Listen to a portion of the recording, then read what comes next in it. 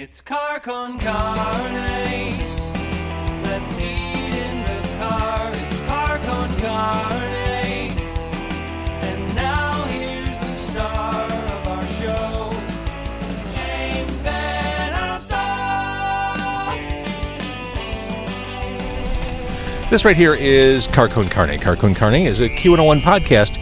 I'm James Van Alstyne. Car Con Carne is sponsored by Easy Automation. Easy-automation.net. It's time. Transform your entire living space top to bottom with cutting-edge home automation. That means seamless control over everything you do and experience. Lighting, climate, audio, video, security, everything. Embrace the future of smart living. It's your home, your rules. Get a quote by visiting easy-automation.net or give my guy Dan a call. He will give you a hassle-free quote at 630-730-3728, or since we are by Cumberland and Lawrence, 630-730-3728. Tag Publicity is a music and event publicity company that is freshly distinctive. Tag Publicity is a full-service entertainment PR, talent development, branding, digital marketing, social media management, project management, distribution, content creation, booking, and PR company headed by Evan J. Thomas. He's a good dude, and you can reach out to him anytime if you have PR needs. If you're a musician, artist, creator, reach out to Evan J. Thomas, PR at gmail.com. You can also follow Tag Publicity on Facebook, Instagram, or the TikTok. Finally, quick programming note. Car Con Carne live on stage, free event Thursday, May 15th at Legit Dogs and Ice in South Elgin, 322 South Randall Road. We'll have live music and interviews from Derision Cult, Aaron Williams and Karen Shook, comedy from Chris Bongat, and craft brewer Carson Souza from Obscurity Brewing will be joining us. So we are here. Where is here? We are by Cumberland and Lawrence. We're in front of Goat Village. It is a newish live music, right, yeah. live music room here in the Norwich area. I'm sitting here with easy for me to say, Afrofuturistics. Exactly. Yep. I'm sitting here with Afrofuturistics. Keith Wakefield is to my right. If you're watching, even if you're listening, that is also true. Hello. You are the music director. Sure. Tenor. Sure you are. And tenor sax. Behind him we have Eric Oldman. Hello. Lovely to see you both. Yep. So you are both playing this event that's happening. It's too late if you're watching or listening, but it's Goat Stock at Goat Village. It's like a day and evening full of indie Chicago bands, which is cool. Afrofuturistics is on the bill.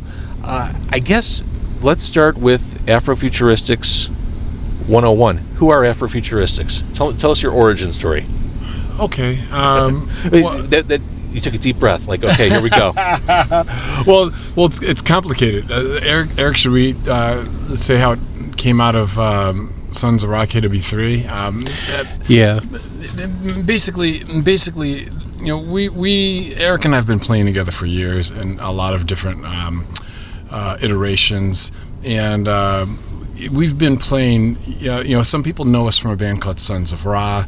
It's a band that mixes jazz with prog and Metal. Yeah, metal, whatever. Comes up with some interesting. It comes up with some interesting stuff.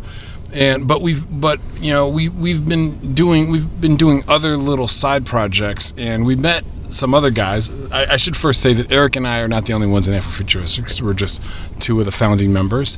But you know, we've got a few other guys in the band. One in particular who plays beats using an MPC.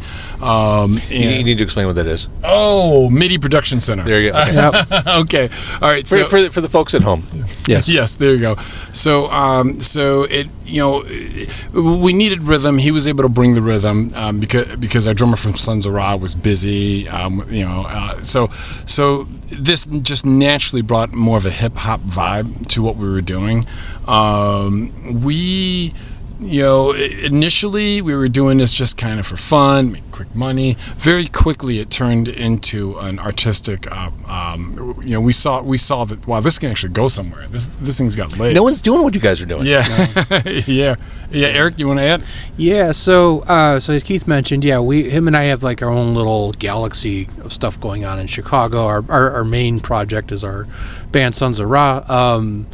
We started collaborating with people in the hip-hop community up on the north side. We were doing live band hip-hop collaborations with them, fusing our sort of rock and jazz backgrounds with being able to provide music for these guys. And then, that just became, between that, we have a jazz trio called KW3, which is the Keith Wakefield trio. And these other things, like other people who are kind of involved in our universe couldn't be a part of that. So with the guys from the hip-hop scene, the guy Carl, he's our beat maker, if you will, or plays the MPC system. He became kind of a crucial element for kind of getting this architected. And then the other side of it is Keith and I both kind of come from jazz backgrounds. He came up as a band kid, I came up as a metalhead, but I went to school to study jazz. But we always talked about the idea of wanting to do like a big band in some format, because nobody does that stuff anymore either, except for they're doing like throwbacks or tributes to like the big band swing You're era. right. But we want to do something a little bit different, but we just never found the people for that. So through this group of people in the hip-hop community, we started finding other horn players that they could rap, but our trombone player, he's a rapper, but he also plays trombones. We're like, oh, well, let's keep in touch and start working with him. And then through some of our other social circles, we were able to land a trumpet player. And then from just our work with Sons of Ra, we have a friend who's one of our collective members who's a soprano sax player. So we're like, all right, well, you have a horn section now. We have this kind of congeals around this idea of, mixing this the tradition of hip hop with sort of the beats, but then you kind of look at it in a continuum, I guess, in the sense of jazz music. The guys we work with who are rappers are mostly freestylists, so that connection of improvisation really is kind of a linchpin for that. So that's where really everything just kind of started falling into place. We started writing just some bass stuff and just doing some standards, but in the spirit of like Sun Ra, where there's this experimentation with it, and then also thinking in terms of like referencing Parliament Funkadelic. There's like a funk element of what we do, and this sort of collective ensemble format where people kind of come in and out and do things, and it's not necessarily strictly jazz, strictly hip-hop, or strictly this or that, but it's really a fusion or this whole like multi-layered approach of jazz, hip-hop, and then hip-hop with rap at some point too. Rappers just kind of come up and start freestyling over what we're doing. So that was really kind of the impetus of it. I got to tell you, one of the hardest things about doing a podcast is describing music. You can't play songs on a podcast, so you have to explain to people why they should care. You just explained the band beautifully. Okay. I think someone listening is probably thinking, I want to see that. Okay.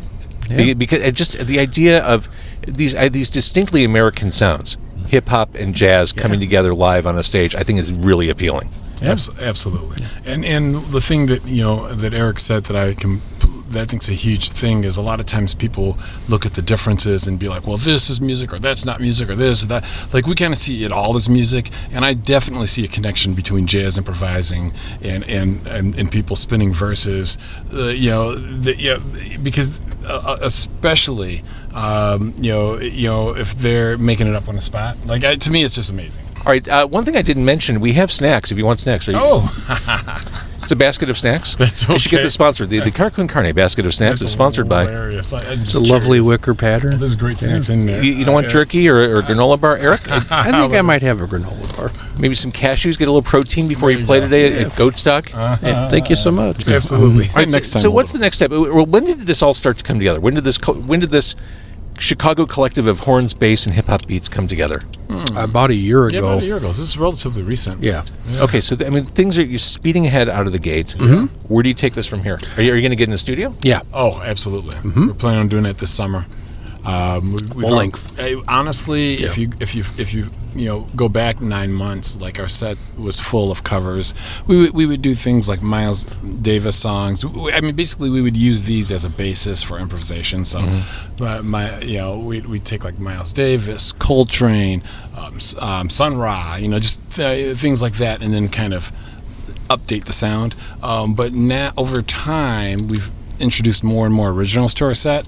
So like what we're playing tonight is probably like 80% original and 20% confidence. And I expect people are still going to enjoy it because Oh, no doubt. it's really about the For all beat. the reasons we just talked about. Absolutely, yeah. Yeah. So when you go into a studio, how do you, for a group that is based on improvisation and finding those magical sparks and connections in the live process, how do you determine what the definitive version of those songs is when you lay them down?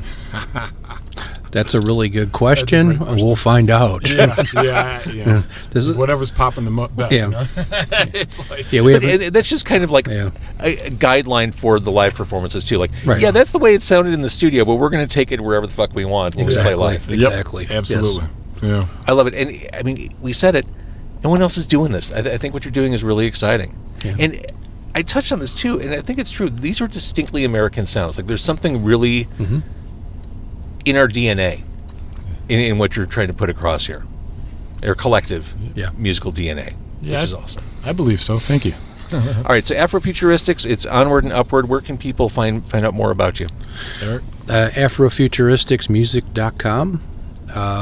And we're all over Instagram and Facebook. So Go live clips and all the Yep, all the correct. things. Yeah, and I would say, come check out a live show. I mean, they're fun. We do. Yeah.